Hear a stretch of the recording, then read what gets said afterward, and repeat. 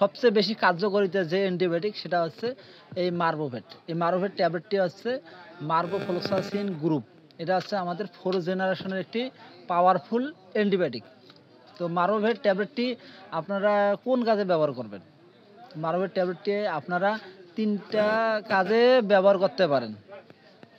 তার মধ্যে 3টা কাজ হচ্ছে গরুর পাতলা পায়খানা, তীব্র জ্বর, তারপর আপনার হচ্ছে তীব্র শ্বাসকষ্ট,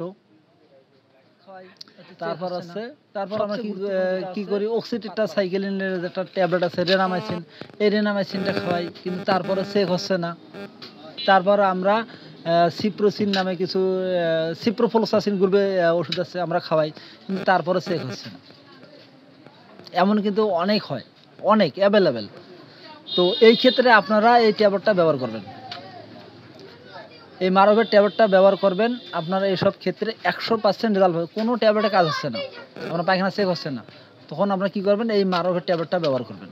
এই মারবোফ্লক্সাসিন ট্যাবলেটটা 50 কেজি বডি ওয়েটের জন্য একটি ট্যাবলেট, 100 কেজি বডি ওয়েট হলে 2টা ট্যাবলেট।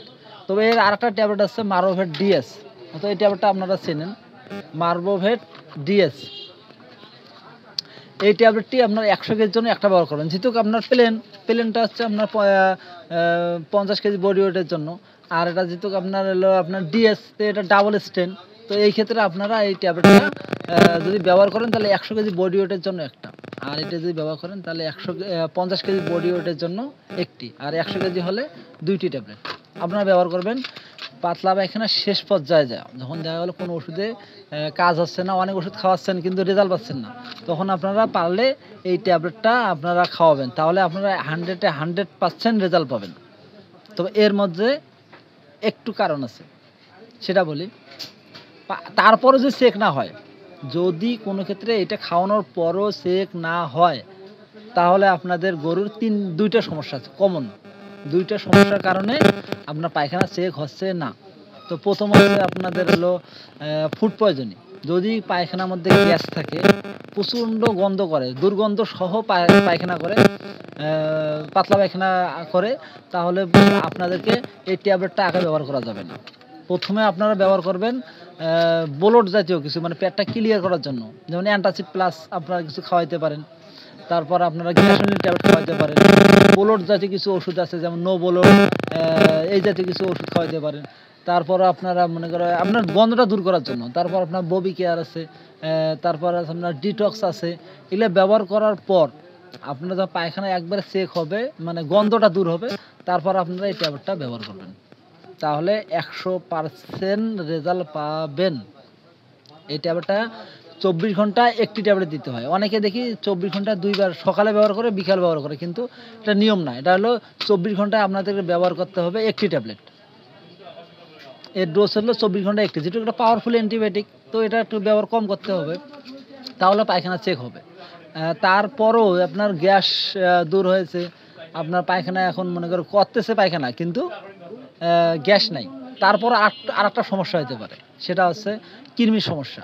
যদি পেটের মধ্যে প্রচুর কৃমি থাকে, তাহলে পায়খানা গন্ধ হবে না, কিন্তু ওই পায়খানা সহজে চেক হবে না। আপনার কৃমি ডোজ কিন্তু অবশ্যই খাওয়াইতে হবে, তাহলে পায়খানা চেক হবে। তারপর লিভারের সমস্যা থাকতে পারে। তো পায়খানা তো একটা কারণে হয় না, পায়খানা পাতলা পায়খানা হয় 3 থেকে 4টা কারণে। তো এর মধ্যে কারণটা আপনাদেরকে নির্ণয় করতে হবে। এই ট্যাবলেটটা খাওয়াবেন সর্বশেষ, তাহলে আপনারা 100 মধ্যে 100% এই পাতলা পায়খানার জন্য আপনারা রেজাল্ট পাবেন। তো আরও কিছু কার্যকারিতা আছে এই ট্যাবলেটের, যেমন আপনার তীব্র জ্বর হলে আপনারা এই ট্যাবলেটটা ব্যবহার করতে পারেন, তাহলে অনেক ভালো রেজাল্ট পাবেন। ম্যাস্টাইটিস, ওলান প্রদাহ, ওলান ফুলে যায়, ওলান শক্ত হয়, ওলান লাল হয়, এরকম, বা ওলানের মধ্যে পুঁজ আসে, দুধের মধ্যে আপনার পুঁজ আসে, ব্লাড আসতে পারে। তো এরকম হলে আপনারা এই ট্যাবলেটটা ব্যবহার করবেন। আর ওলান প্রদাহের ক্ষেত্রে আপনারা অ্যান্টিবায়োটিক হিসেবে ব্যবহার করলেন, কিন্তু আপনাদের ব্যথানাশক কিছু ব্যবহার করতে হবে, যেমন PK5 বা ডলোরিল জাতীয় ব্যবহার করতে হবে।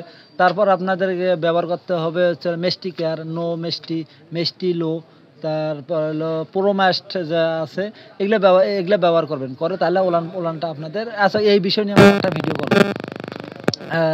এটা থাক, শুধু ট্যাবলেট নিয়ে কথা বলি।